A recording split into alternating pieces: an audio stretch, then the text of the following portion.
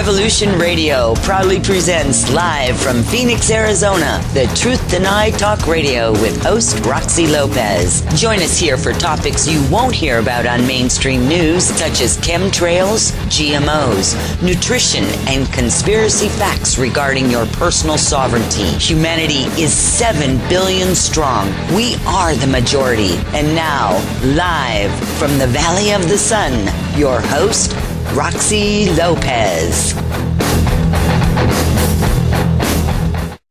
And thanks for joining us this evening, August 6, 2013. You're listening to The Truth Denied. Of course, I'm your host, Roxy Lopez. I feel like we're one big family here on this Revolution Network. It's awesome. Hello, chat room. If you have any questions for the guests tonight, go ahead. What do? You know what to do. Just post them and our producer will pick them up for us. You know, before I introduce our guests this evening, we have some strange goings on in the world right now. One of them right here in Arizona, very peculiar weather. You know, we've got some real thick cloud layer, which is part of monsoon weather, and some rain, which is, you know, we welcome the rain here. We're in a, 10, 12-year drought. So all of that's pretty groovy. I like it. Our temperatures drop from the 120s down to 79 in the day. I think that's bizarre for Southern Arizona. But here's what's more bizarre. We've got this cloud layer that's way up there. It's not real low. It's not surfacing like the mountaintops or anything like that.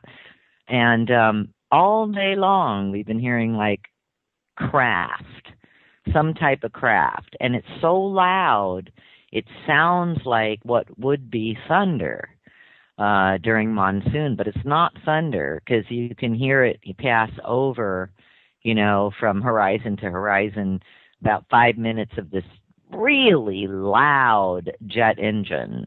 And that's been going on all day, and it's been going on all over the state. Any of you out there from Arizona listening, if you're having this occur in different parts of Arizona, can you chat that into the chat room? Because I'd like to know. I did get a report from northern Arizona, and they were saying that 3 nights in a row, they're getting heavy chemtrailing at night only.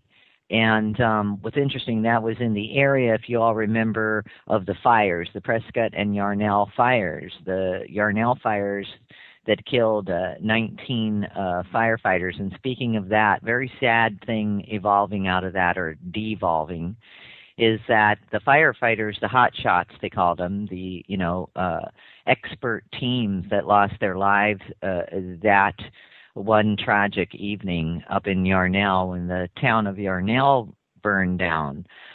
Some of the wives have been the wives of these deceased men have been going on mainstream media and talking about how they're not getting the insurance coverage or the benefits that their husbands had.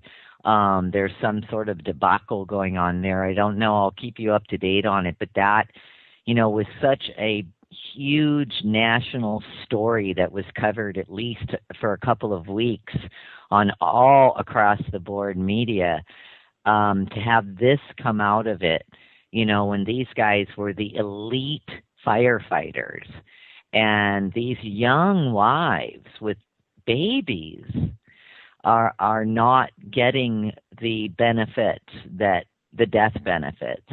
So I'm going to keep my eye on this, and that's something to pay attention anyway to, because I think this story wouldn't have seen the light of day if it hadn't have been such a big story to begin with. So we don't know how often this has happened. I know that the 9/11 responders' families had some of the same tragedies when it came to the benefits for the wives or the husbands of those deceased. So if you know anything about it, go ahead and chat that in, and my producer will pick it up for me. I'm very interested. Or just write me at info@thetruthDenied.com. That's info at thetruthDenied.com, and I will look into it. Our team will look into that situation. I want to know more about it. Let me tell you, this month is something else for many reasons. A lot of culminations and crossroads and just a lot of information coming together. You know what I mean?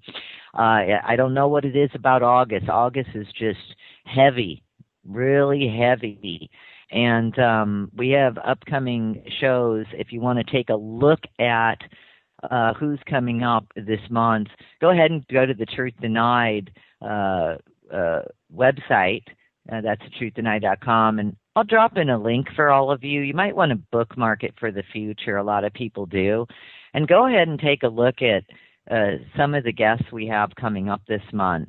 Again, this is, for some reason, we've got major UFO stories from people coming, forward.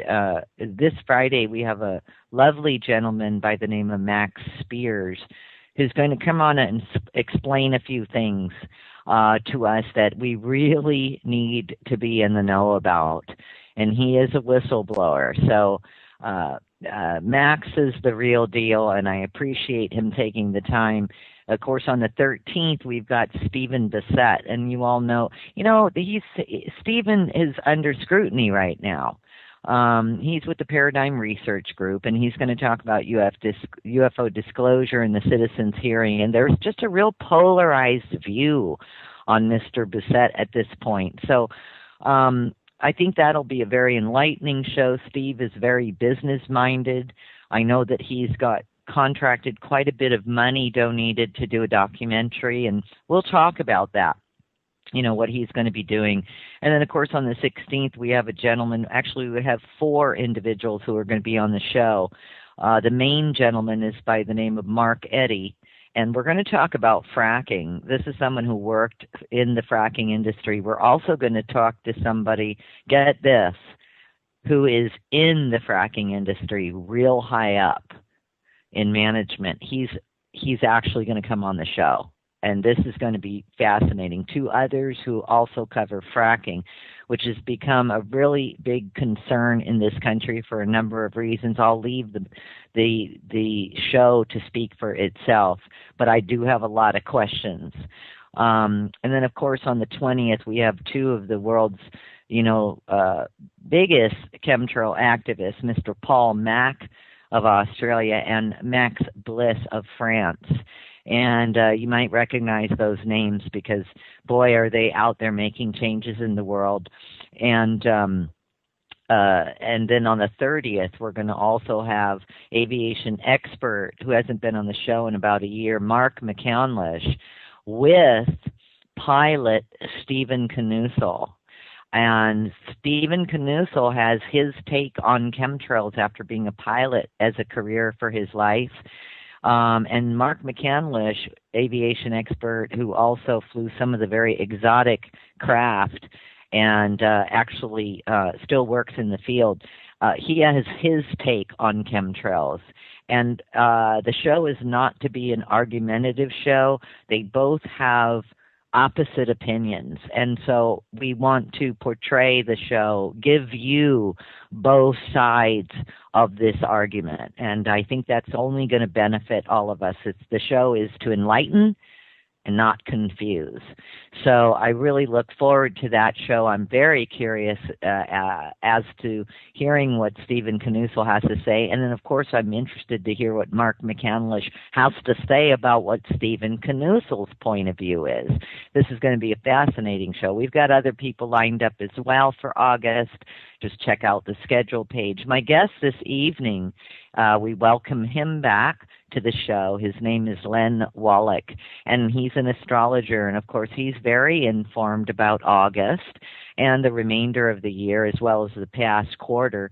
And he's going to fill us in on some interesting astrological aspects that are going on and why people are feeling a certain way and perhaps some solutions as well. If you want to check him out, just go to thetruthDenied.com. He's all linked up. Len is a regular contributor to Planet Waves Astrology, which is planetwaves.net. I don't know if any of you are part of reading that website or members of it. And that website was published by Eric Francis, also a practicing astrologer in Seattle, Washington. And as you all know, I lived in Seattle for roughly 14 years, and it's quite the place and culmination of individuals and with this type of background as well. So very cool place when it comes to astrology. Len provides astrology readings and instruction via telephone or in person. So if you want to contact him, he is available for you. For the last 10 years, Len also assisted Michael Soriano in transmitting the Reiki Mastery Series teaching model, which was matriculated over 100 practicing Reiki masters. So real good stuff there. Len grew up watching the sky and to this day finds the greatest joy contemplating stars, planets, and luminaries from the sacred surface of the earth. And without any further ado, I really look forward to this interview this evening. Let's bring you on Len Wallick. Len, welcome to the show, and thanks for making the time. Thank you, Roxy. I very much appreciate the chance to be your guest again. Awesome. Yeah, it likewise. So, Len, let's start with what's with August? Why is August so under the radar? I mean, we're getting anything from the world's going to end in August, timeline conversions are happening in August, the negative timeline and the positive are smashing into each other in August. Just a number of controversial August stories, and some people are tripping. I mean, they're really afraid that the world's literally going to end. What can you speak to us about this and help us to understand? Is August significant, or is this just fear porn? Well, thank you, Roxy. I'd like to start off by remembering today's place in history. It was on this day that the people of Hiroshima, Japan, endured the first nuclear attack at the hands of the United States. And it's something that we should remember because those who do not remember history are often destined to repeat it, and that's the kind of thing we don't want to repeat. Now, as regards to August, there is a lot of activity.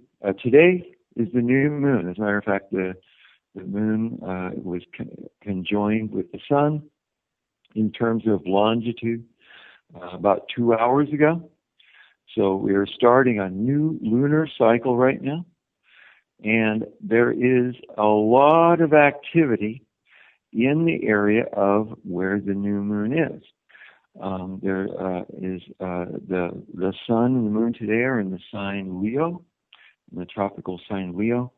They're conjoined there, so it's a Leo new moon. And in the preceding sign of Cancer, there's Jupiter and Mars and Mercury, which has just gotten out of retrograde and is in the latter degrees of Mercury today. So when you consider the area between Cancer and Leo, it's kind of like the fulcrum of the zodiac, because Cancer is ruled by the moon and Leo is ruled by the sun. The sun and the moon are, of course, the two biggest, brightest things in the sky. And when there's a big collection of things in those two places, there's a feeling of intensity, because the sun and moon are intense, and both in their gravity and in their brightness. And there's also a sense of things being kind of at the fulcrum, at a tipping point. The main thing, however, is that there is reason to feel good about the way things are going, even though there is a lot of fear or fear-mongering going on right now. Okay. One aspect of this, Len, would be that There's discussion, even in mainstream commentators and hosts are talking about the Middle East, our relationship with Russia, Snowden, of course, and I think you can comment to that, and the idea that World War III is on the horizon. Is that fear mongering, or can you help us to sort through that so that we can see better? I think that's a pretty powerless feeling for humanity, to think that the war rooms of the world are cooking up a World War III and that we can't stop it. So let's speak to that for a moment. Well, first of all, I don't know anybody in the war rooms of the world, so I can't say for sure what we are doing.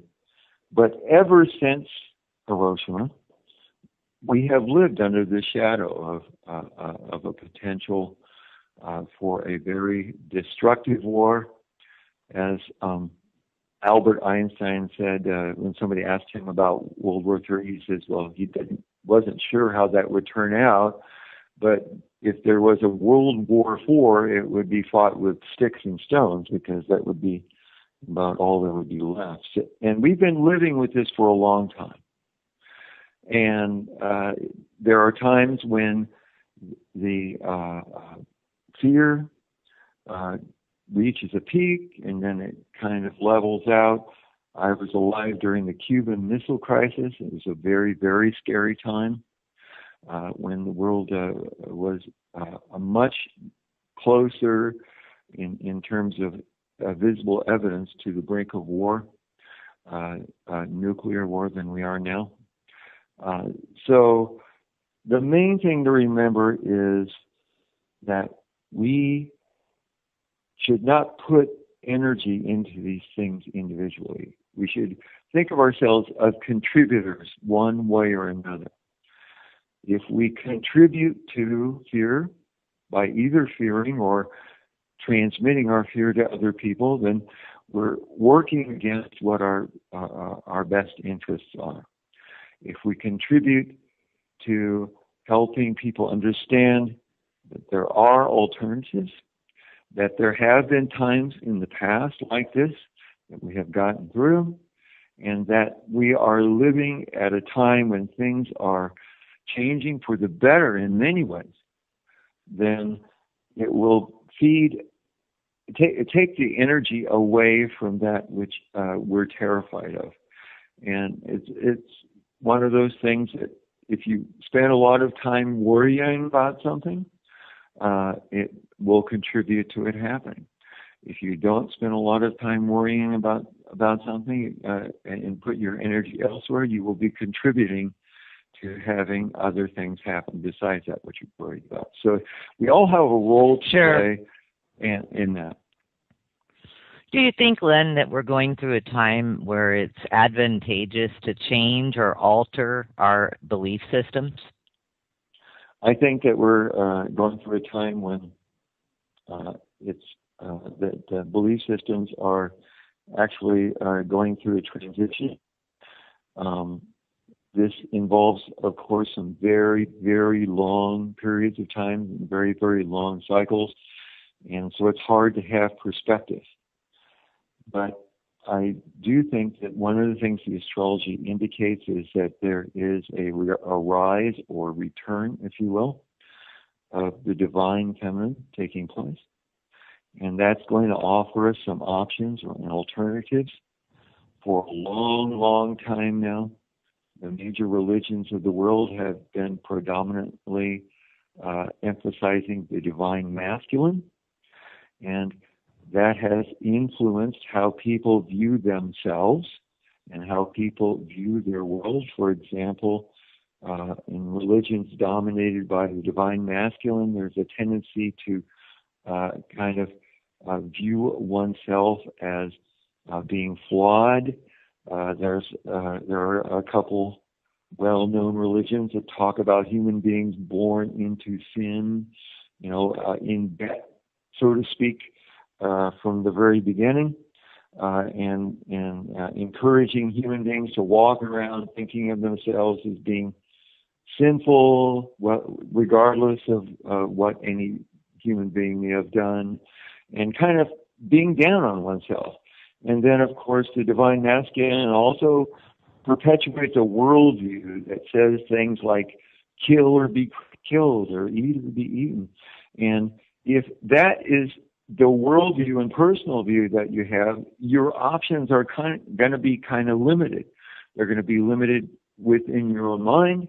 They're going to be limited within the culture that you live and in the nation that you live. And the divine feminine seems to be coming forward and offering some alternatives with a different worldview of self-acceptance and valuing oneself and seeing the world as someplace other than a place where one's life is sustained at the cost of another one's life, and values of such things as cooperation. So one of the things that seems to be happening right now is there are some alternatives appearing, and you see it all around. You see people having alternative forms of orientation toward gender.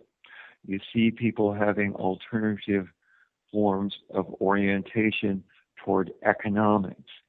And the established order, of course, has found it to be very profitable for the past couple of thousand years or so to perpetuate a pernicious form of divine masculine.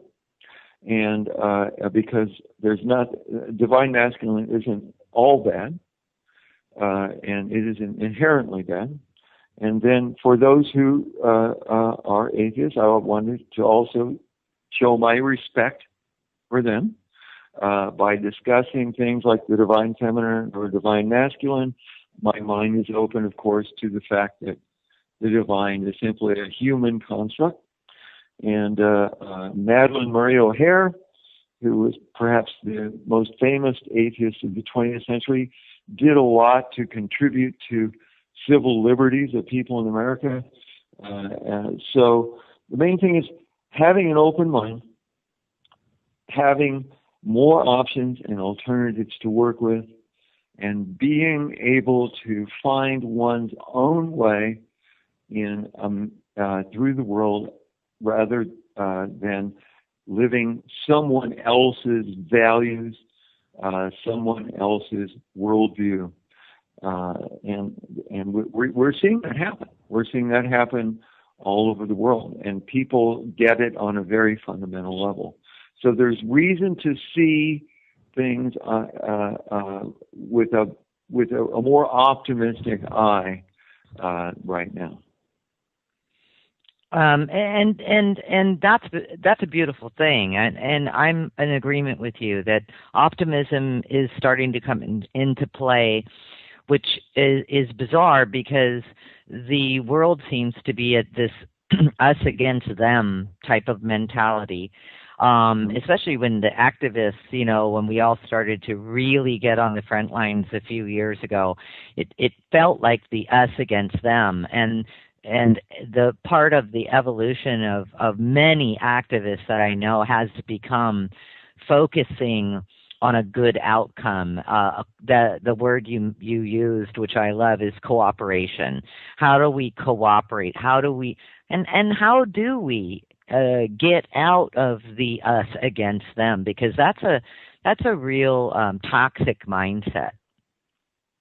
Well, getting out of the us against them has to do with not seeing the world as a place with limited resources where everybody is going to be competing for them and there's only going to be a few winners, but rather seeing the world as a place where the limited resources can be sufficient if there is equal distribution of those resources.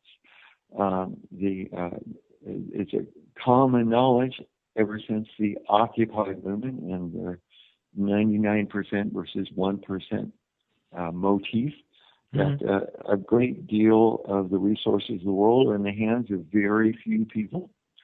And if that situation were resolved, then there would be a great deal more for everybody, as long as there was an agreement that it was not necessary for a few people to have control of everything, as long as there was an ability to evolve beyond greed.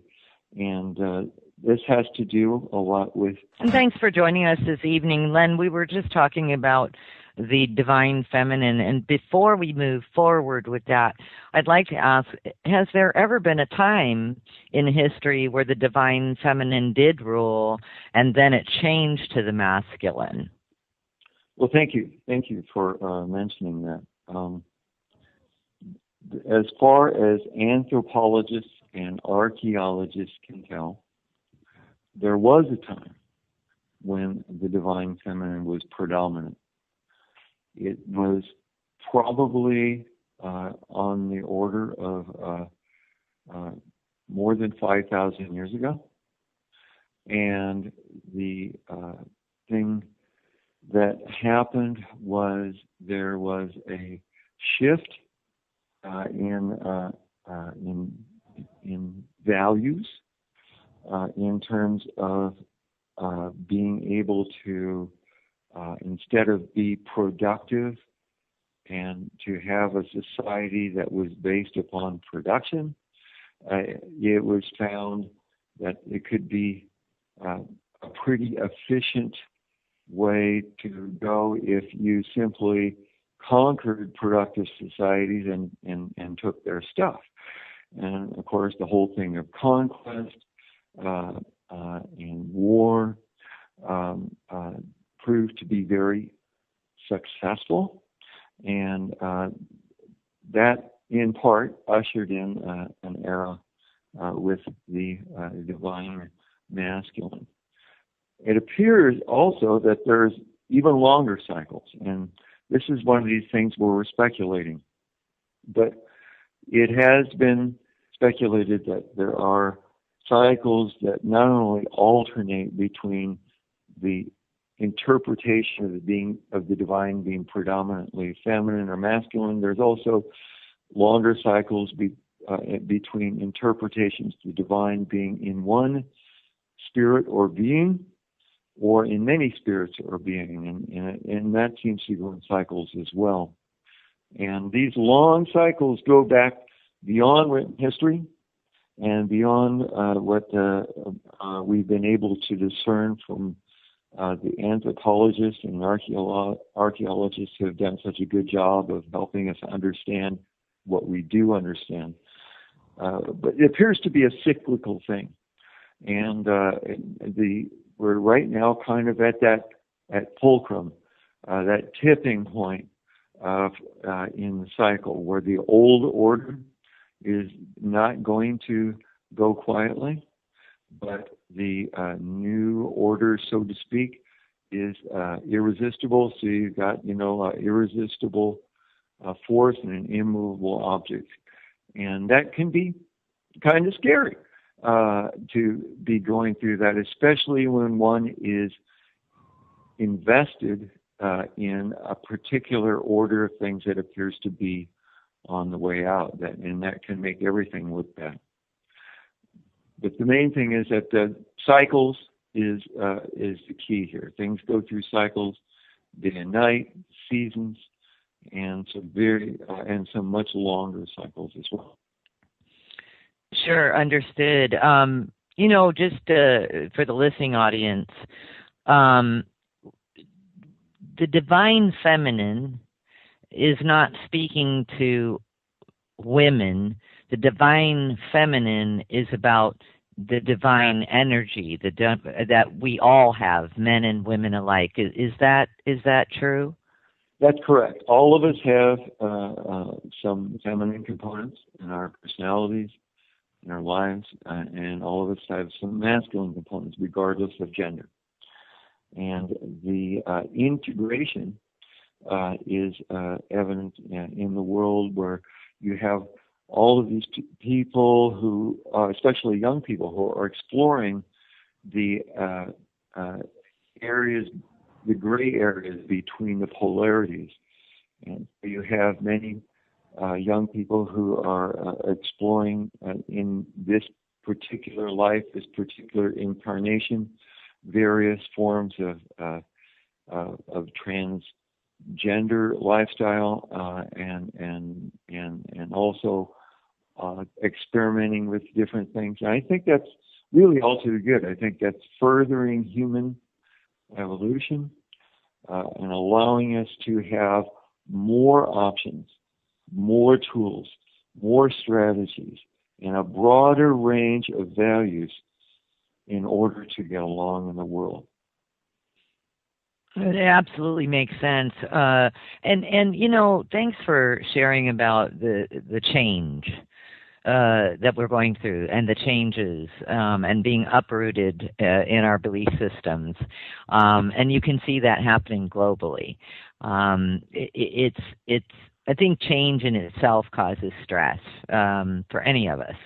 And we're sort of having to go through the changes, because what you said, you know, the old stuff is not really working, you know, and who wants to be stressed? And, you know, all of these social practices, like if you work 80 hours a week, you're successful, you know, we're starting to give it up. We're starting to realize that if I'm working 80 hours a week, it's going to be because I love what I do, like playing music or doing astrology like you, Len, or making documentary films. Or people are starting to go back to their roots of their passion and starting to break away, if you will, from this paradigm. Well, yeah, that's true. The long-term astrology that's going on, we have this Uranus-Pluto square. That's lasting for years, being repeated 7 times over 3 years, so it's essentially a continuum, and that represents big changes in the world and in people's individual lives, and where people's individual lives intersect with the world. And we have this water trine that's going on that we discussed last time, that is representing an opportunity for us to kind of integrate into acceptability our intuitions, our emotions, things that are usually sorted out or filtered out. We used the example of Jimi Hendrix last time, who integrated feedback and distortion into his art rather than trying to sort it out or filter it out. And therefore he had a greater palette to work with and was able to be more expressive and more creative. And that's an opportunity that's available right now. And then that water trine that's going on for about a year became part of a sextile, a configuration on the zodiac that's kind of like a 6-pointed star with a trine in the earth signs. And water and earth signs are considered by astrologers, most Western astrologers anyway, to be the feminine signs. So you had all the feminine signs hooked together at the end of last month in a configuration. It doesn't happen every year. It happens quite seldom, as a matter of fact. And that was something that happened right at the end of July, on July 29th. And all of these things, since astrology is symbolic, we have cycles, we have patterns within the cycles. Astrology is observation of those patterns and cycles in correlation to events in one's life and events in the world. There seems to be, as part of that, an indicator that the divine feminine is making a resurgence, and that's all to the good. Not because the divine masculine is bad, and not to offend anybody who doesn't believe in anything divine, but because it indicates more options, more alternatives. Because the way one gets along in the world, a lot of it comes from their spiritual framework. And if the spiritual framework is more open to options, and your life will be more open to options, and you won't feel like you're in a corner or being pushed over the edge, but rather you'll feel like there's elbow room. There are other ways to go about things when certain things don't work. Understood. And you'd mentioned in an email to me that you were going to evaluate how far we have come in the last 3 months. And so can you share that, like just the last 3 months? Yeah. Sure. Well, 3 months ago, approximately 3 months ago, we went through an eclipse cycle. April 25th, there was a lunar eclipse, followed on May 9th or 10th, depending on your time zone, by a solar eclipse, and then another lunar eclipse on May 25th. Okay. Now, if people listening will think back in their lives, what their life was like before April 25th, okay, it's very likely that it will be pretty astonishing how far things have progressed, how far things have come. In the world in general, for example, before we entered this eclipse cycle, nobody knew who Edward Snowden was. Okay? Nobody knew, except the people who he was working for and family members and friends. He was not a public figure. Now he's a huge public figure, and what he has done has changed the way the world looks to us. And that's the kind of thing that eclipses do. Eclipses are sort of like that scientific notion of a wormhole, where you go in one side and travel what appears to be a short distance, and you come out on the other side, and you're actually clear on the other side of the galaxy, or further away than that from where you started. And this particular eclipse cycle that went from April 25th to May 25th was very much like that. If you look at your life before April 25th and look at your life after May 25th, if you look at public events before and after May 25th, the world really changed it, and it made a lot of change in a short period of time. And we've come a long way in a short period of time. And that sort of thing can feel kind of scary, because stability is something that a lot of people strive for in their lives. And to have a lot of change in a short period of time can incite fear.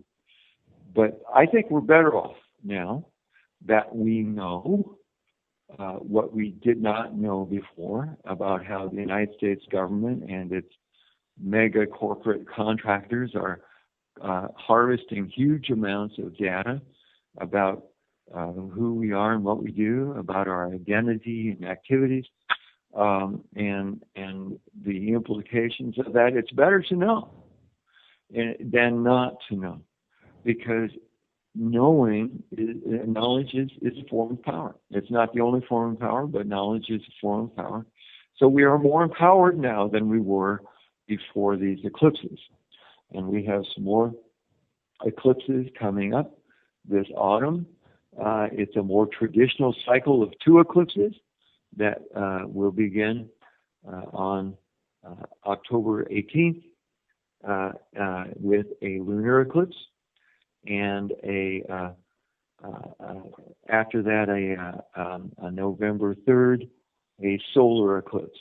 And we can probably look forward to another leap forward in terms of how we experience the world, and we can probably look forward to it as being a good thing, because these leaps forward contribute to our advancement or our evolution, and it can be a little scary sometimes. It can be, you're in one place one day, and boom, the whole world is different. A month later or 2 weeks later, and eclipses can feel that way. But what's being accelerated, I think, is something that's good for the individuals and good for humanity as a whole. Understood. I think some of the complaints that I do Are you get. there? Yes. Okay. Yes, I'm here. Can you hear me? Yeah, I sure can. Okay, great. I think some of the concerns and complaints that I seem to be getting more than anything, and maybe you can speak to this. Some people are questioning their sanity, like they don't know where the middle ground is on their sanity because they say that they don't know who to believe anymore, whether it comes to mainstream news, alternative news, programs like mine, reading books, watching documentaries. What's happening is there's so much influx of information that it's actually starting to overload people, and then they're just going like, I don't know anything anymore. What is that? What exactly is that? And how does one, during these times, what do we do to keep our sanity? Are we supposed to just let go? It's going to pass. It doesn't matter. Because again, the old paradigm suggests read more, become more, in a particular subject matter, look into it, analyze it, and all of this suddenly isn't really working. It's getting us more confused. So what should we do? Because we're in sort of a volatile sort of condition, because as you described, these eclipses, these cycles that keep coming together, they're relentless, the quickening, if you will. Right. It's right. So what do we do? Hello? Okay. Are we on the air? Okay. We're still on the air, folks, so just hang in there. We lost Mr. Wallick. Maybe he hung up and thought that he wasn't on the air anymore. That's okay. Are you there, Roxy? Yes, Len. What happened? I don't know. The call got dropped. I'm not sure whether it was on your end or my end. It was that's my end. Fine. That's fine. You were asking what do we do? Okay, well, the sanity and all the rest, and how do we know what navigates us right now? Well, one thing we don't want to do is hide, under the bed. We don't want to put our head in the ground like the proverbial ostrich. We need to be able to exercise some discernment and judgment, first of all, as regards to how we feel and how we think. We need to be able to, before we act on how we feel, we need to subject it to some verification by our thinking part of our mind. And then before acting on how we think, we need to ask ourselves how we feel about it and then listen to it and give equal, balanced weight to both our feelings and intuitions on the one hand and our intellect on the other. Now, you spoke of the great volume of information. Well, this is nothing new, but the main thing is being able to discern what information is basically designed to get you under somebody's control, and what information is good. To give an example, right now the sun is in the process of flipping its magnetic poles. This is something that has happened before. It has actually been observed 4 times previously in history by scientists. Since 4 times since 1976, it happens about once every 11 years. So that is a fact, and it's kind of exciting that because we're still learning about it and what it means. But we've been through it 3 times before, so we know it doesn't mean the end of the world. But when somebody takes that fact and adds additional things onto it, and every additional thing makes things more likely, then you have to take into account probability. Now, I do not use the word impossible because nothing's impossible. If somebody says something is impossible, they're probably wrong. But probability is a good thing to use in terms of judgment. For example, you've got a chat room on your show. Am I correct about that? Yes. Okay, so listeners can go, okay, let's use a little example here. Let's say somebody contacts your show on the chat room and says, I'm the Dalai Lama. Okay, well, not impossible. I mean, Dalai Lama's a cool guy. You've got a cool show. He might want to listen to it, right? But if somebody on the chat room says, I'm the Dalai Lama, and I'm sitting here around my kitchen table with Abraham Lincoln, Superman, Batman, and President Obama, then you start to think, okay, well, probability is pretty low, right? Right. So to exercise some judgment here in terms of when you hear that the sun is flipping its magnetic poles, as it is right now as we're talking, that's probably true. But if you hear that the sun is flipping its magnetic poles and this and that and that, and this all means that, then you start to say, well, wait a minute, this is getting into the realm of low probability. And everybody has the ability to exercise judgment as to how probable everything is. And that is what I would say there are the two protocols. Use your judgment. How probable is something that you're hearing or reading? And then also keep tabs on yourself. If you are feeling something very strongly, emotionally, or on an intuitive level, then subject that to some sort of verification on the intellectual level. Or if you think you know something intellectually, ask yourself, how do I feel about that? And then listen to your feelings and have the feelings and the intellect working together in a balanced way. And that would be a way that I would say to address these times when there's a great deal of information, some of it designed to confuse. And that is, think probability and examine your feelings with your intellect and examine your intellect with your feelings. And you will find your way through. People are a lot smarter than most of us give ourselves credit for. And if you have that kind of framework to work with, you should be able to find your way through. Right. And it sounds like what you're saying is keep it simple.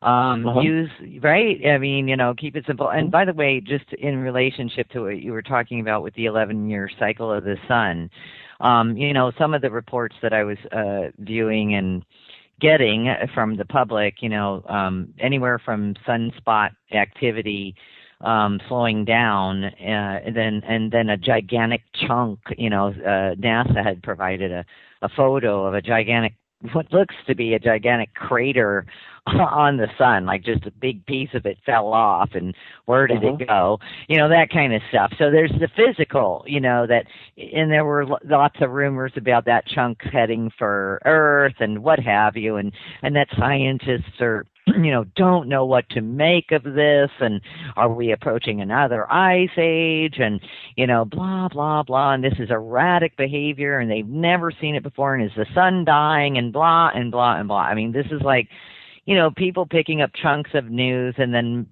kind of filling in the rest with nonsense, nothing really to support it.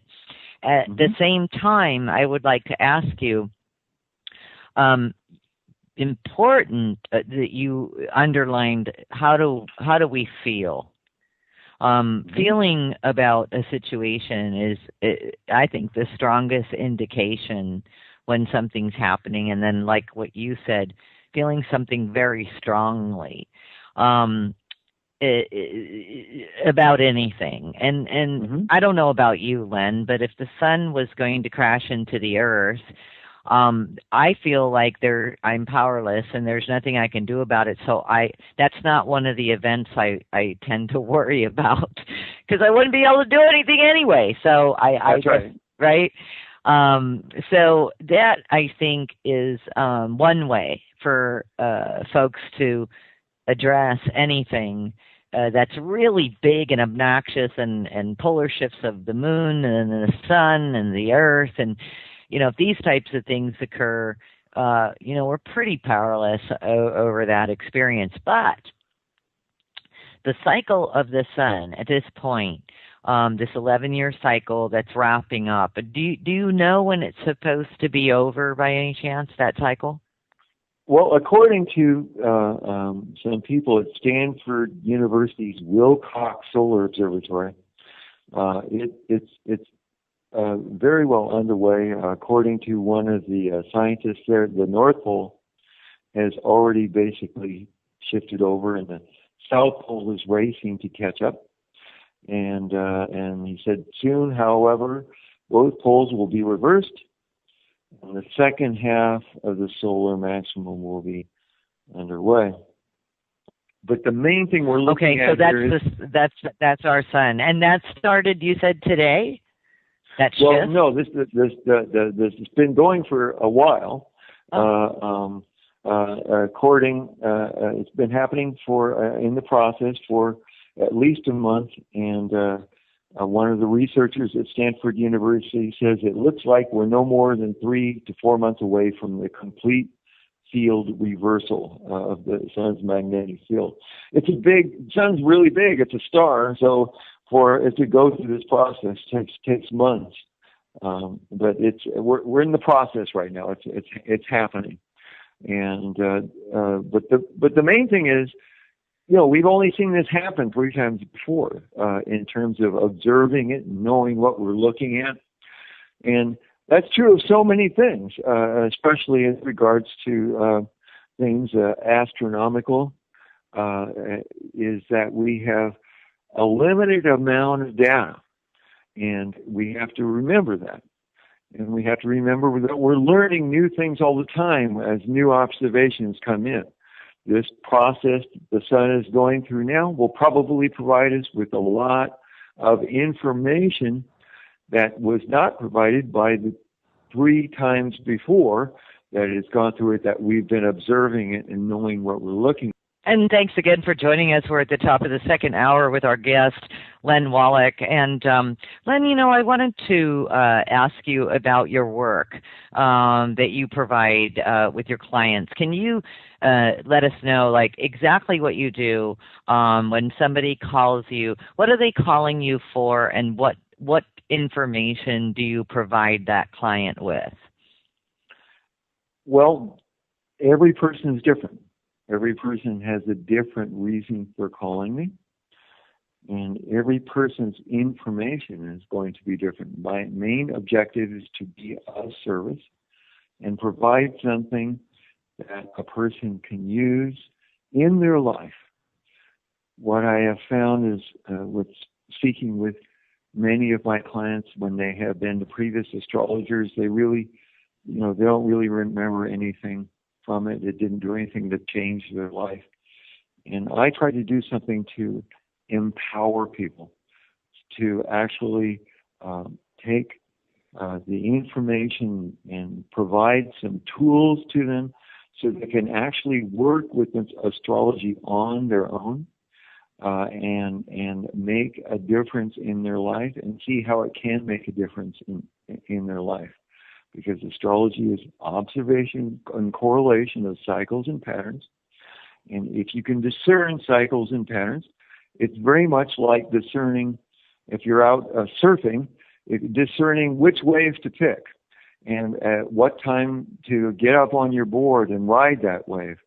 And if someone gives you some information rather than having to learn that from scratch, your progress goes a lot faster. So that's the type of service I try to provide, is empowering people to feel connected with the cycles of the universe and the sky, to feel connected with the cycles of the seasons on the earth, and to realize that our role as human beings is to be the originator of cause and effect, so that we can make choices that are informed and make choices that are consistent with our objectives and objectives for other people.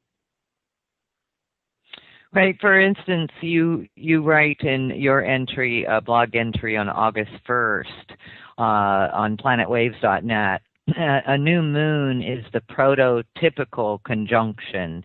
It is the sun and moon sharing the same point on the zodiac, the same longitude in the sky. All conjunctions represent the beginning of a new cycle for the two objects involved. Can you talk to us a little bit more about that, how that plays into, let's say, a client who comes to you at this point, when, in other words, when this new moon is just coming into play, and you're going to do, what would you, there are some concrete things that you would share with that person. In other words, remind them that they're in a new cycle. And why is it so important for us to know for ourselves, our individual, each template, if you will, for the individual, to know what is coming up?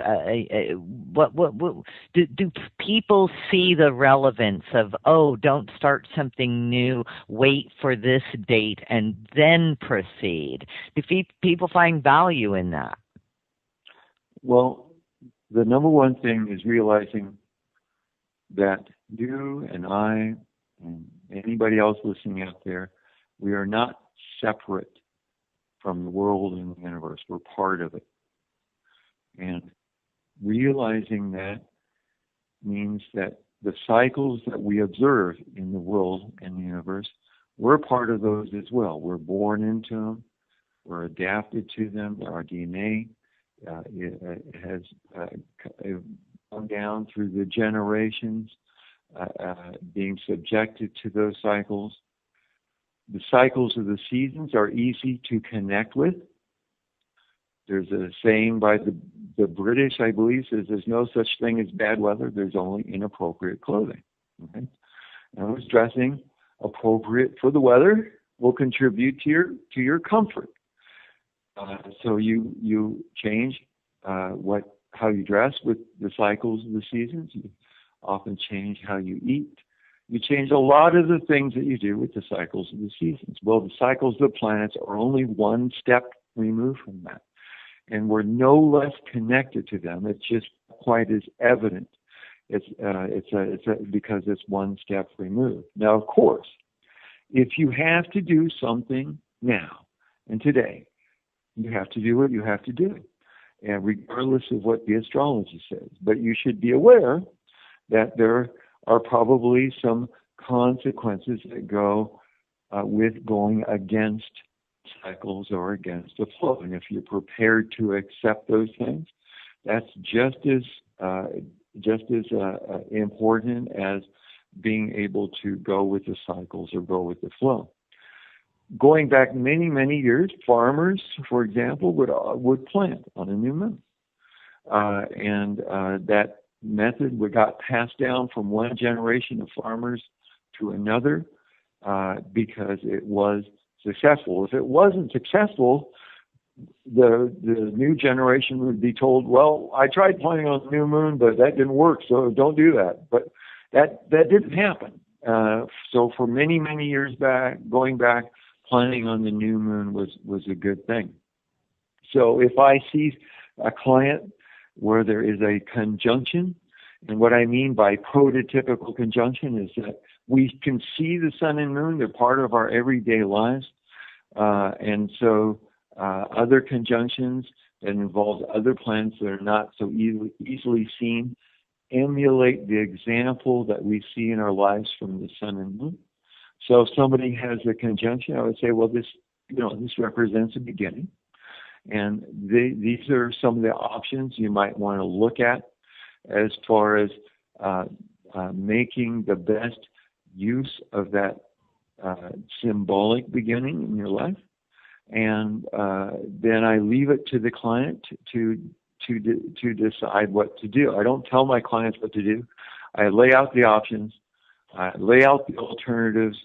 My role is basically say, here you are on the map of life. These appear to be your options and alternatives, and it's for you to choose. So do all roads lead to Rome on this map? In other words, and I'll use Seattle as a point of reference for the map. Let's say, is this very similar from somebody who's coming from Edmonds and they want to come into Queen Anne, let's say? And so you can tell them 3 or 4 different routes, the fastest one, the one that has the least amount of traffic, or you can take this, or you can take the freeway, or you can take the viaduct, or you can take this. Is it similar, like all roads will get you to Seattle? Some are probably safer, better, faster than others, but you're going to get there anyway. Is that? Do you see a similarity in that? Well, not all roads do, but there are, certain roads do lead to a certain place. There are options about going, say, from San Francisco to Seattle, but most of those options would be roads going north. Okay, it would be a rather long trip to go south from San Francisco and get to Seattle, even though it's not impossible. So that option, if you want to go down to Tierra del Fuego and across the Antarctic and then come up around the other side to get to Seattle, it's possible to do that, but that would be a lot of trouble unless it was your objective to basically see all those places in between. So that's why the options are laid out, so that the objectives of the client can be served, and the alternatives can provide the client with some ways of determining whether or not they're going not just from one place to another, but what they want to do in between, because the journey, of course, is just as important as the destination. Sure. And can you speak to a couple of things? I'm very curious about this. First of all, is Mercury, the planet Mercury, the only planet that goes retrograde? No. What retrograde means is either the planet passes us or we pass another planet, because the planets are in different sized orbits, okay? So it's kind of like being on a track. Okay, Mercury is, as far as we know, is on the inside track. It's the planet that's closest to the sun. So it goes around the sun about 3 times for every time we go around the sun. So in other words, it laps us and passes us on the inside track about 3 times a year. And when that happens, there is a very interesting optical illusion that happens that is very comparable to something that might happen to you on the road.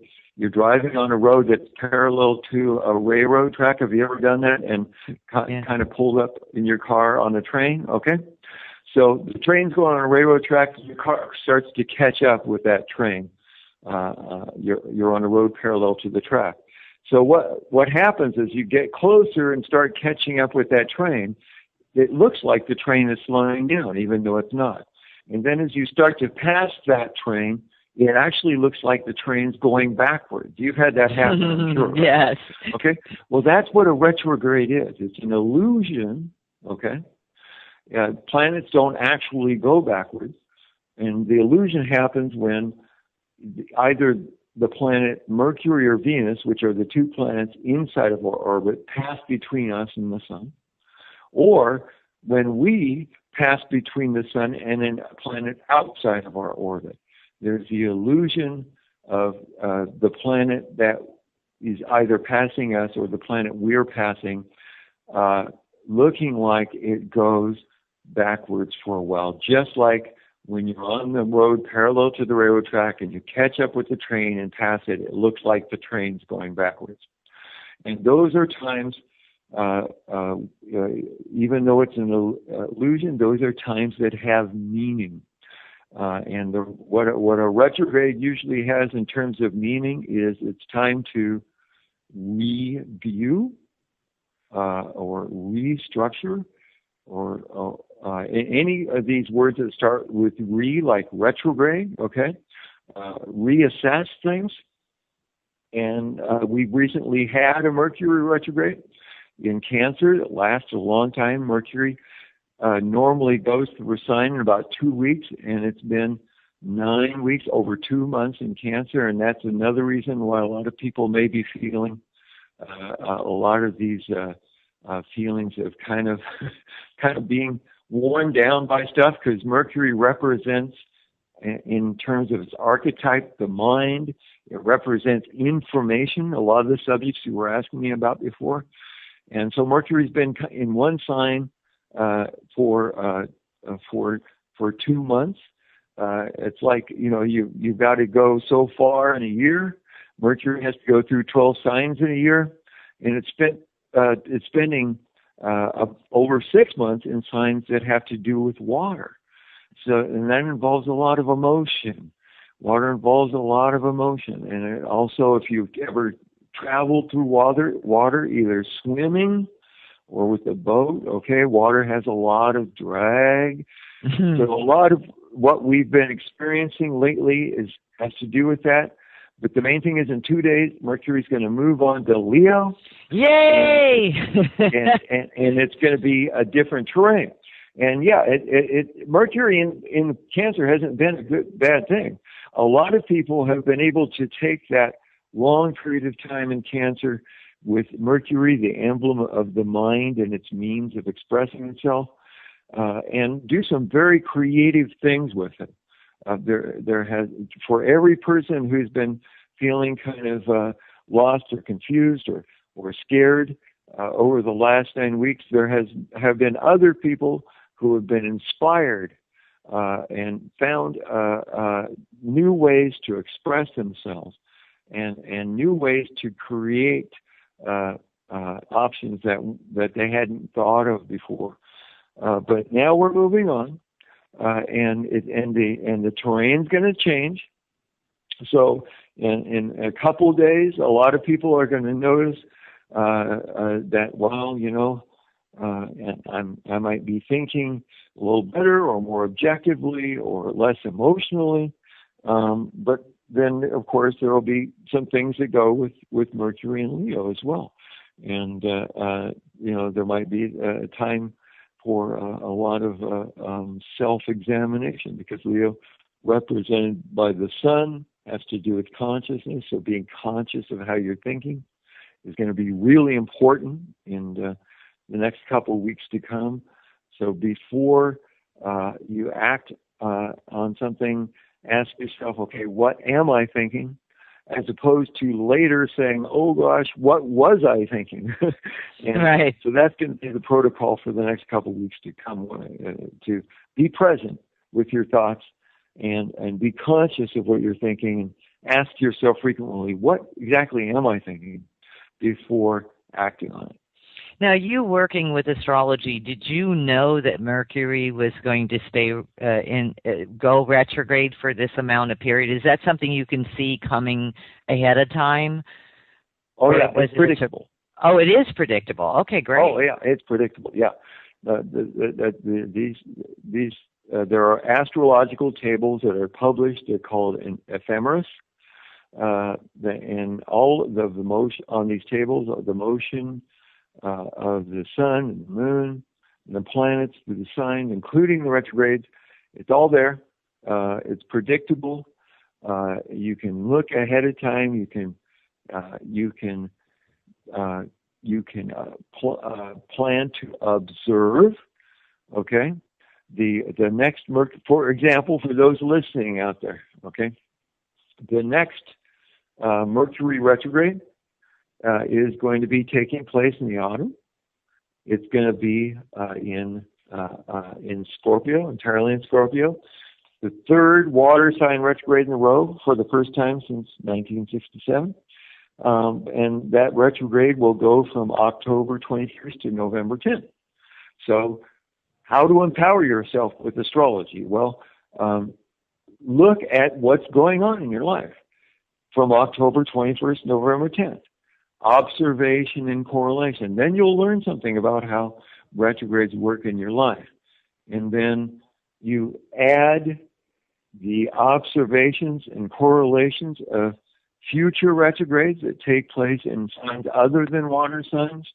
And you, over a period of time, you get a feel for things, just like scientists are getting a feel for these flips in the solar magnetic field. We've observed it 3 times so far. We have some idea of what's going to happen. We have some idea of what's not going to happen. The world, in all probability, is not going to end because we've been through it 3 times before. But there's also a probability that could have an effect on things like our weather.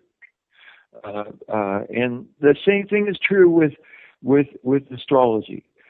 Anybody can get an ephemeris, look at where things are, look at their life, make a correlation to go with the observation, and then build up experience and figure out how these things work in your life. Which is excellent. Len, we've the callers are starting to call in, so if you don't mind, would you like to answer a couple of questions? I'd love to. I'd love to. Great. So let's take, caller 406 area code. Welcome to the Truth Denied Talk Radio. And what's your name and where are you calling from? Hello? Hello? Hi there. There you go. What's your name and where are you calling from? I'm calling from Montana, and my name is Lorne. Lorne? Yes. Hi, Lorne. Welcome to the show. And did you have a question for Len Wallick? Oh, I was calling in for Patty. Don't know who that is. I'm sorry. She's probably it's trying the to number they. Studio. That's okay. No problem. No worries. Okay, so I called the wrong number because this is the number they put on the screen. That's fine. No worries. Thanks for calling in anyway. Okay, so sorry about that, Len. Back to the Mercury retrograde and then the one that's coming up as well. That's more... That affects the Mercury retrograde, affects us all in a number of ways. And so my next question would be, can you speak to the Saturn return? What's different about the Saturn return? Is that more unique to each and every individual? A Saturn return is unique to every individual. But I would like to start off by saying Mercury retrograde, we're not talking about effect, okay? We're not talking about cause and effect so much. When Mercury is in retrograde, it doesn't beam down something to make things happen to us and pull our strings like puppets. It's synchronicity, okay? When Mercury is in retrograde, it is evidence that we are synchronized with the rest of the with the rest of the universe, but it's not cause and effect. It's synchronicity. It's evidence of our connection with the universe through synchronicity. Now, Saturn returns are personal astrology. It is when Saturn returns to the same degree of the same sign where it was when you were born. It happens about once every 29 and a half years. And so it happens only a couple times in a person's lifetime. If you're lucky, maybe 3 times. And what that represents is a time usually that has to do with a restructuring in your life. A lot of us, and once again, this is synchronicity, a lot of us go through a restructuring in our lives about the time we turn 30. And a lot of us go through a restructuring in our life about the time we turn 60. And the really interesting thing about the Saturn return is that for most of human history, most human beings didn't live that long. Up until the end of the 19th century, up until the end of the 1800s, the world average human lifespan was less than 29 years. So the Saturn return is kind of a phenomenon. Those of us who are fortunate and there's many more of us now who are fortunate to live to age 29 or age 58 than there used to be. It's like having a new life without having to die first in a very real way, because of the fact that for so much of human history, most human beings didn't live that long. So working with the Saturn return is like saying, gosh, I'm getting a new life. I'm living longer than most human beings in human history that ever lived. So what can I do to participate in this synchronistic restructuring, which is going to take place whether I participate or not? What can I do to participate so that my new life is something I help to create? So a first Saturn return and a second Saturn return are actually good things. It's an opportunity to have essentially a new life that most human beings in human history never had the privilege of having, and the opportunity of co-creating what the structure of that new life is going to be. So I hope that answers your question. It does. It's very helpful. I always hear people referring, and it happened when I was in Seattle a lot, that people seem to be very geared towards astrology. And most of my friends, had their readings and had their astrologers, but they'd always say, oh, no, I'm in the Saturn return, no way, and, sort of a negative attitude towards that Saturn return. Even I did that once, not really understanding what you actually just explained to us all, that, hi, caller, I hear you on the line. If you could just mute for a moment, and that would be great. And anyone who is calling in, all of you, if you call into the show, just go ahead and mute. Otherwise, we have to drop your call. And I'm really sorry about that because we don't have a way to mute you on this end. Our guest this evening is Len Wallick. And can we perhaps drop that call? Thanks.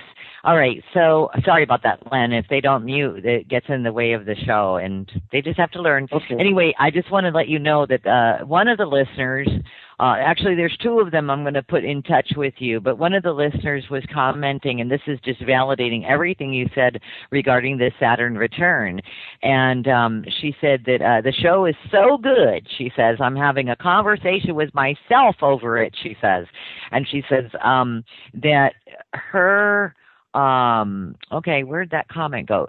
Anyway, she said that, oh, there it is. She says that she was born August 14th, 1954, and the Saturn return brought this up for her that you're talking about. She said she got sober 30 years ago at 29 years old, and she said she feels keenly that she's undergoing yet another change out of her PTSD at 59 years old this month, because her birthday, she's turning 59 this month. So she's seeing the pattern. You're helping to point out this pattern for her. And she also said, oh, wow, her grandmother was 98, so her grandmother saw those 3 Saturn returns. So right now she's just blowing her mind right now. Well, I'm glad I could be of service, but she should give herself some credit because astrology is not a spectator sport. It's a participant sport, and what she did was she participated. She got sober after her first Saturn return, so she contributed to the structure of a new life. And she's doing the same thing now, and she deserves a pat on the back from all of us, and she should certainly give herself a pat on the back because she's working with the cycles of the universe. Absolutely. And, I don't know if you want to do this on the air or not, Len, but do you have a phone number that people can contact you at, or do you prefer them starting with email contact? Well, email is better, but I'll give you both. My email address is my name, all run together in lowercase letters. That's Len Wallick, LenWallick @gmail.com. And then my telephone number is area code 206-356-5467. You will probably get a quicker response from me if you send me an email. Okay, and I've just dropped the email address into the forum in which I'm reading. I'm not in the chat room right now. I don't participate in the chat room. I love my chat room, people, but I can't go in there. But I'm responding to something else. So maybe Thomas, can you drop that into the chat room for us as well, so that people will have it. And of course, it'll be on the archive of this show as usual. So. Interesting validation right there after you expressed the Saturn return, and then somebody immediately connected the dots and said, oh my God, he's right. This happened, and that happened. So I love it when people are able to make that connection. It's just a beautiful thing, which validates, them and of course the work that's there. Do you know, and this is, a broad stroke question for you. Are there any new planets or stars that you know of that you're now having to integrate into an astrology reading? Well, there's a lot of new objects in the solar system that are being integrated, and a lot of it has taken place since 1992. In 1930, Pluto was discovered. And for 62 years, everybody thought Pluto was as far out as it got. And then in 1992, an object called 1992 QB1, which still hasn't gotten the proper name, was discovered. And that opened the door from 1992 to now. Just a couple decades, there have been literally thousands of objects discovered out past Pluto because people were looking for them, and there's a lesson in that. People weren't looking until two young astronomers decided to look where nobody else was looking, and because everybody thought, okay, well, once past Pluto, there's nothing else out there. There was a scientist by the name of Kuiper, after whom the Kuiper belt is named, and he said, well, there should be something out there. But most other astronomers said, yeah, sure, there's nothing else out there. So they didn't look. This fits in with a lot of what we're talking about. If you don't look, you don't find. If you look, you find. And so there's a 1992 QB1 has become symbolic in astrology of what happens when somebody looks, somebody makes a discovery, and other people kind of, okay, well, yeah, there's something there. Well, we'll look too, and then find all these other things out there. So there are hundreds of thousands of objects in the solar system. Many of them are useful in astrology. Being able to do it in a way that is coherent and makes sense can be a challenge sometimes. The way it's usually done is you start off with the sun and the moon, because 80% of astrology comes down to the motion of the sun and the moon. For example, the prototypical conjunction of the sun and the moon at the new moon. How you interpret that interpretation applies to other conjunctions. And then you go to the classical planets. Those are the ones that human beings have always known about, the ones that you do not need a telescope to see. And then you go out from the classical planets to the ones that were discovered by telescope. And those planets are interesting because they have birthday charts, just like everybody has a birthday chart, a natal chart, right? So Uranus was discovered in 1781, and we know the day it was discovered and the time, pretty close to the time it was discovered. And so we can make a birthday chart for it and do a reading for the planet, just like we would do a reading for the person. And then after a while, different astrologers have favorites that they pick. I mentioned 1992 QB1. It was discovered in the first degree of Aries in 1992, and just this year, moved into Taurus for the first time because it's way out there and its apparent motion is slow. And I wrote on Planet Waves that, gosh, I can't predict what's going to happen, but it feels like some download's going to be unzipped. I wrote that on the 16th of May, and soon after, Edward Snowden's download was unzipped for the world to see. So I made a kind of a lucky intuitive prediction on that one. I tried to stay away from predicting too much because it's not really a winner's game to try to predict. It's better to do observation and correlation. So yes, to answer your question, there are other objects, and they can be very useful. That's wonderful. And, something interesting about, well, maybe you can talk about it. There's a lot of controversy around Prince William and Kate's newborn baby. Tons of controversy, as I'm sure you're well aware of.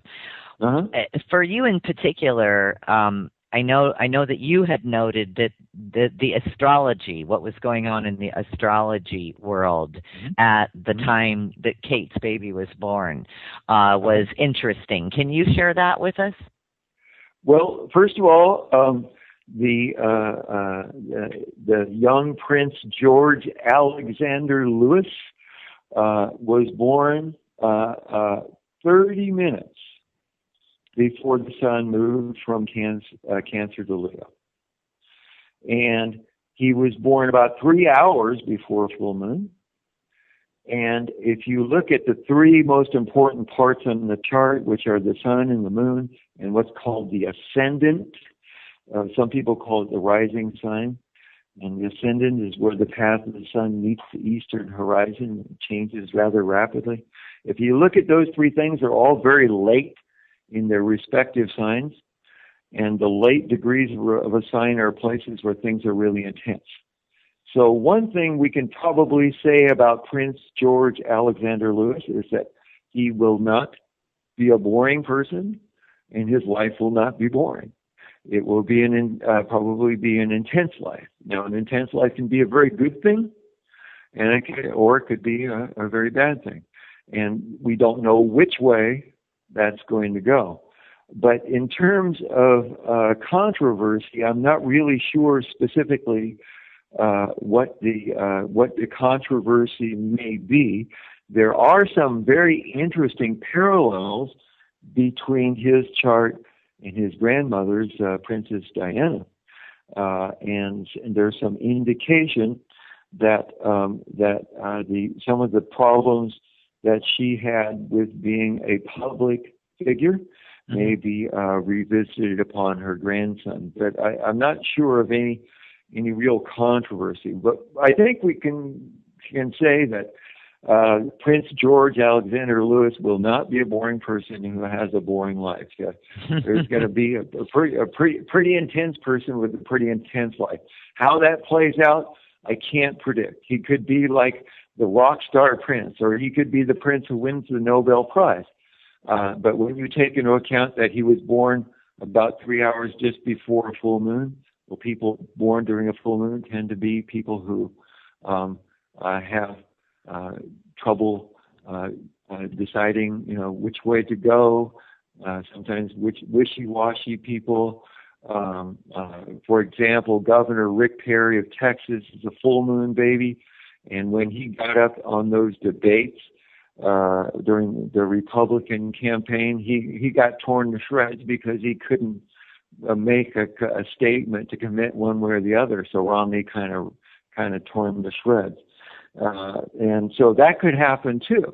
That Prince George Alexander Louis could bear some uncomfortable resemblance to the Shakespeare's Prince of Denmark, Hamlet, who had a little bit of trouble making up his mind about what to do, and was also a very intense personality. So we'll have to wait and see. But we know one thing: this person growing up is not going to be boring. He's not going to have a boring life. Well, that's I suppose that's good. We'll keep an eye on it. And as far as what controversy, it ranged from sort of National Enquirer type news, just about the baby being born when it wasn't Prince George, and just she's having problems and da da da, all the way to they planned the birth, they held off on the birth because of the full moon, the super moon, the this, the that, because it was the elite and it's, this Freemason or what have you, the Illuminati ritual. And so they had to hold off on the birth until that right moment where the moon and the sun and all the rest that you've explained, so that it would be the perfect alignment for him to come into the planet. So anywhere from that sort of nonsense, and I didn't think any of it was necessarily real. Well, this is where I was talking about earlier about probabilities, right? Mm-hmm. Well, in all probability, given the fact that this baby is third in line for the throne, the medical people in charge, their priority was probably ensuring that this baby was born healthy, and that this baby's safety would not be jeopardized, and that the mother's safety would not be jeopardized. So if you just exercise a little bit of, once again, nothing's impossible. Okay, so all these speculations, I'm not going to say anything's impossible, especially as regards to things regarding the royal family. We see enough history to know nothing's impossible. But in terms of probability, the priority was probably a healthy baby and a healthy mother, as opposed to trying to rig the birth time to fit the astrology. And this kind of thing is something that, unfortunately, this baby is going to have to face growing up. He's a public figure from the word go, and every time he sneezes, it's going to be on some sort of tabloid. Every time he is seen with another person, it's going to be on some sort of tabloid. And like I said, there are indicators on his chart that may be as troublesome to him as it was to his grandmother. Gotcha. Yeah, because it really was for Princess Diana. I mean, the public loved her, and she became very controversial because she stepped out of, nearly stepped out of a role, or started to do things like Dodi Fayad's relationship with her, et cetera. And, it was so controversial, the whole thing. And she was a people's woman. The people loved Diana. She was, down to earth. And I suppose it kind of, upset the palace, if you will, that she was being seen in that sort of light. So, and we'll never know truly what happened to her and Dodi. There was a lot of conspiracy around their death in that tunnel when they crashed, but in the car. So we'll never quite know. And a lot of people, actually, a lot of reports came out. Not to bring that all up, that that she was murdered by the Queen. So. If at all Prince George is, who knows, maybe Prince George is Diana reincarnated. Well, reincarnation is something that I am inclined to believe in. I can't prove it one way or the other. But the main thing is Prince George Louis Alexander is a human being. Yes. Just like Princess Diana is. She had, she was a sister to somebody. She was mother to children, and so she had the same kind of relationships that every human being has, and respecting her on that level as being, like us, and imagining what our lives would be if we had to be subjected to such a scrutiny all the time. Most of us, when we go through struggles in our life, or or make decisions. They're not subjected to such scrutiny, and most of us would not want to be. And that's something that kind of goes with the territory of being a public figure. And in return, you get a pretty good life. A member of the royal family probably doesn't have to worry about where their next meal is coming from, or whether their soles on their shoes are wearing out. So there's a trade-off there, but the main thing is to see what we have in common with these people, because we have a lot more in common with each other than we have differences. We all are all coming to the world the same way. We all go out of the world the same way. We all go through a lot of the same stuff, and to have empathy and compassion for each other will help all of us get through this a lot better than seeing ourselves as separate. Correct. I agree. There are the as you so well put it, Len, we have things that are in common with one another, many things, and at the root of that, we all have a heart. We all breathe air. We all, have love, and want to be loved, and fellowship and friends, and you're right, to be a public figure, you are publicly people. Most people could not survive, Are you still there? Oh yeah, I lost you for just a second. I lost you. Oh my goodness, I don't know why that's happening, but that's all right. But at least you didn't have to call me back this time. But at least we didn't have to call you back. It's all good. Now, where I lost my train of thought for this whole thing, I love, there's a paragraph in one of your entries, and I like to read it.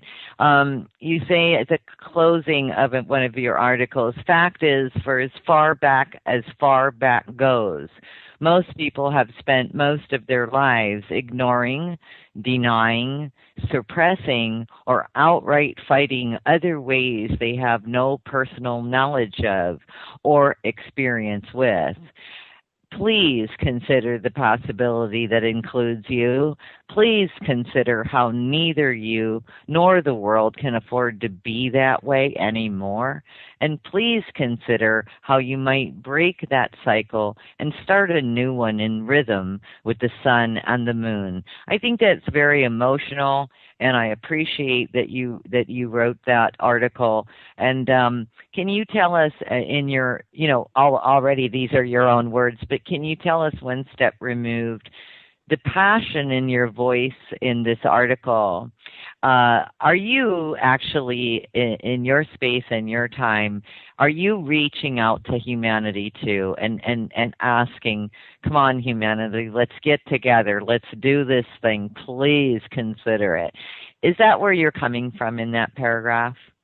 Yes, yeah. There's more than one way to have faith, and to fight or resist another person's way of believing. Really accomplishes nothing to benefit anybody, and that's one example of what I was talking about. Mm-hmm. We have a lot in common, but we also have differences, and being able to honor what we have in common and honor our differences is really important. We're honoring what we have in common because we really are one with each other, and one with the earth, and one with the universe. That we are connected, and working with that connection is a lot more productive than ignoring it, denying it, or fighting it. And then at the same time, diversity. The diversity is a good thing. Diversity is a good thing on an evolutionary basis. The more diverse human beings can be, the greater probability that human beings can survive. The less diverse people are, the less probable that we can survive. So it's honoring what we have in common, which is a lot, and then honoring our diversity as the key to our survival. And that's one of the things that I am reaching out passionately to ask other people to consider, and and not say, oh, this is the other guy, but to look at our own role that we're playing, both to make the world better and also contributing to some of the things that we might want to change. Absolutely. From Arizona listening, if you're having this occur in different parts of Arizona, can you chat that into the chat room? Because I'd like to know. I did get a report from northern Arizona, and they were saying that 3 nights in a row they're getting heavy chemtrailing at night only. And what's interesting, that was in the area, if you all remember, of the fires, the Prescott and Yarnell fires. The Yarnell fires that killed 19 firefighters. And speaking of that, very sad thing evolving out of that, or devolving, is that the firefighters, the hot shots they called them, the expert teams that lost their lives that one tragic evening up in Yarnell when the town of Yarnell burned down. Some of the wives have been going, the wives of these deceased men have been going on mainstream media and talking about how they're not getting the insurance coverage or the benefits that their husbands had.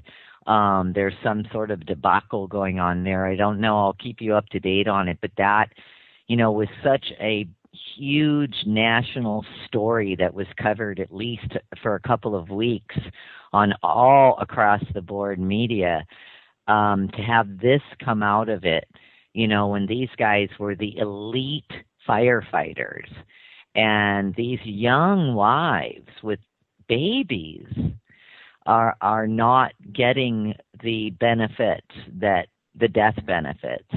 So I'm going to keep my eye on this, and that's something to pay attention anyway to, because I think this story wouldn't have seen the light of day if it hadn't have been such a big story to begin with. So we don't know how often this has happened. I know that the 9/11 responders' families had some of the same tragedies when it came to the benefits for the wives or the husbands of those deceased. So if you know anything about it, go ahead and chat that in, and my producer will pick it up for me. I'm very interested, or just write me at info@thetruthDenied.com. That's info@thetruthDenied.com, and I will look into it. Our team will look into that situation.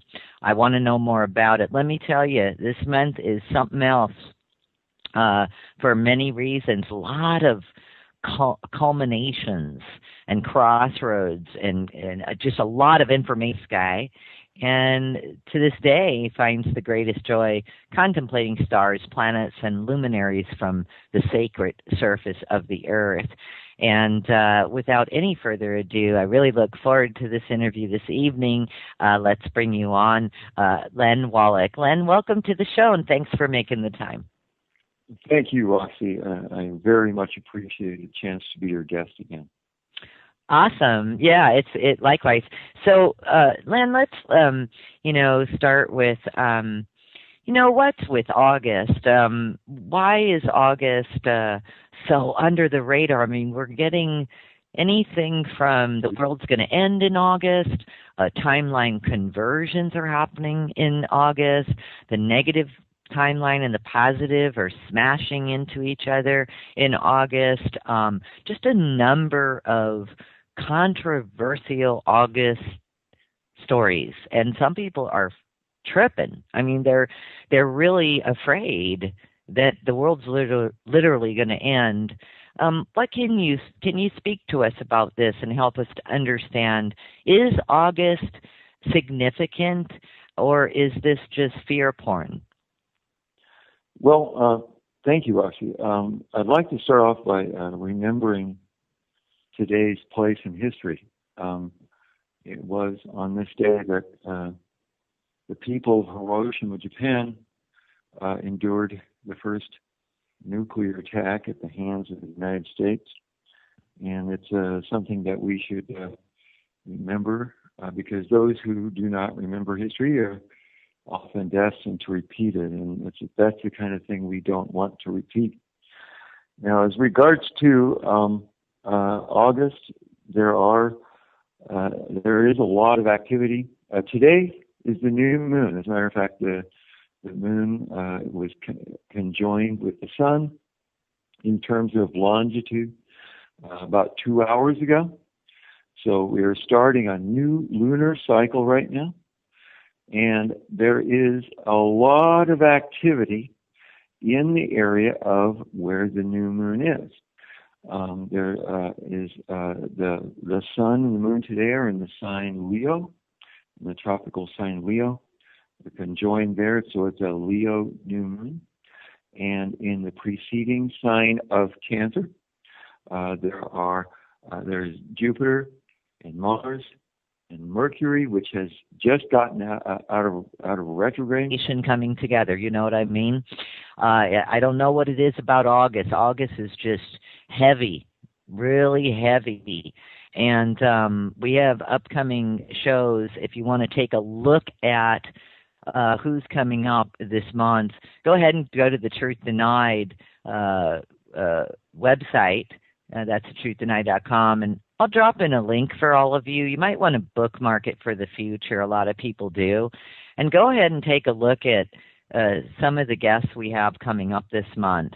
Again, this is, for some reason, we've got major UFO stories from people coming, forward. This Friday, we have a lovely gentleman by the name of Max Spears who's going to come on and explain a few things to us that we really need to be in the know about. And he is a whistleblower. So Max is the real deal, and I appreciate him taking the time. Of course, on the 13th, we've got Stephen Bissett, and you all know, Stephen is under scrutiny right now. He's with the Paradigm Research Group, and he's going to talk about UFO disclosure and the citizens' hearing. And there's just a real polarized view on Mr. Bissett at this point. So I think that'll be a very enlightening show. Steve is very business-minded. I know that he's got contracted quite a bit of money donated to do a documentary, and we'll talk about that. What he's going to be doing. And then, of course, on the 16th, we have a gentleman. Actually, we have 4 individuals who are going to be on the show. The main gentleman is by the name of Mark Eddy, and we're going to talk about fracking. This is someone who worked in the fracking industry. We're also going to talk to somebody, get this, who is in the fracking industry, real high up in management. He's actually going to come on the show. And this is going to be fascinating. 2 others who also cover fracking, which has become a really big concern in this country for a number of reasons. I'll leave the show to speak for itself, but I do have a lot of questions. And then, of course, on the 20th, we have 2 of the world's, biggest chemtrail activists, Mr. Paul Mack of Australia and Max Bliss of France. And you might recognize those names because, boy, are they out there making changes in the world. And then on the 30th, we're going to also have aviation expert who hasn't been on the show in about a year, Mark McCandlish, with pilot Stephen Knussel. And Stephen Knussel has his take on chemtrails after being a pilot as a career for his life. And Mark McCandlish, aviation expert who also flew some of the very exotic craft and actually still works in the field, he has his take on chemtrails. And the show is not to be an argumentative show. They both have opposite opinions. And so we want to portray the show, give you both sides of this argument. And I think that's only going to benefit all of us. The show is to enlighten and not confuse. So I really look forward to that show. I'm very curious as to hearing what Stephen Knussel has to say. And then, of course, I'm interested to hear what Mark McCandlish has to say about what Stephen Knussel's point of view is. This is going to be a fascinating show. We've got other people lined up as well for August. Just check out the schedule page. My guest this evening, we welcome him back to the show. His name is Len Wallick, and he's an astrologer, and of course he's very informed about August and the remainder of the year as well as the past quarter. And he's going to fill us in on some interesting astrological aspects that are going on and why people are feeling a certain way, and perhaps some solutions as well. If you want to check him out, just go to thetruththenight.com. He's all linked up. Len is a regular contributor to Planet Waves Astrology, which is planetwaves.net. I don't know if any of you are part of reading that website or members of it. And that website was published by Eric Francis, also a practicing astrologer in Seattle, Washington. And as you all know, I lived in Seattle for roughly 14 years, and it's quite the place and culmination of individuals and with this type of background as well. So very cool place when it comes to astrology. Len provides astrology readings and instruction via telephone or in person. So if you want to contact him, he is available for you. For the last 10 years, Len also assisted Michael Soriano in transmitting the Reiki Mastery Series teaching model, which was matriculated over 100 practicing Reiki masters. So real good stuff there. Len grew up watching the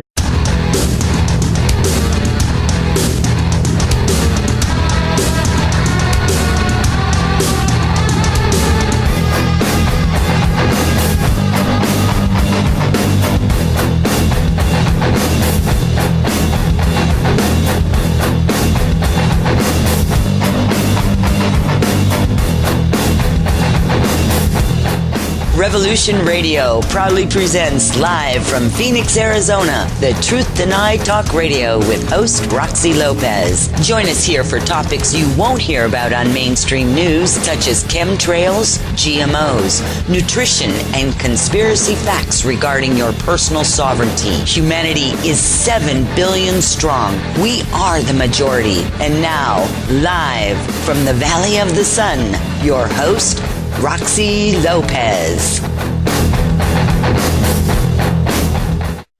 And thanks for joining us this evening, August 6, 2013. You're listening to The Truth Denied. Of course, I'm your host, Roxy Lopez. I feel like we're one big family here on this Revolution Network. It's awesome. Hello, chat room. If you have any questions for the guests tonight, go ahead. What do? You know what to do. Just post them, and our producer will pick them up for us. You know, before I introduce our guest this evening, we have some strange goings on in the world right now. One of them right here in Arizona, very peculiar weather. You know, we've got some real thick cloud layer, which is part of monsoon weather, and some rain, which is, you know, we welcome the rain here. We're in a, 10, 12-year drought. So all of that's pretty groovy. I like it. Our temperatures dropped from the 120s down to 79 in the day. I think that's bizarre for southern Arizona. But here's what's more bizarre. We've got this cloud layer that's way up there. It's not real low. It's not surfacing like the mountaintops or anything like that. And all day long, we've been hearing like craft, some type of craft. And it's so loud, it sounds like what would be thunder during monsoon. But it's not thunder, because you can hear it pass over, from horizon to horizon. About 5 minutes of this really loud jet engine. And that's been going on all day, and it's been going on all over the state. Any of you out there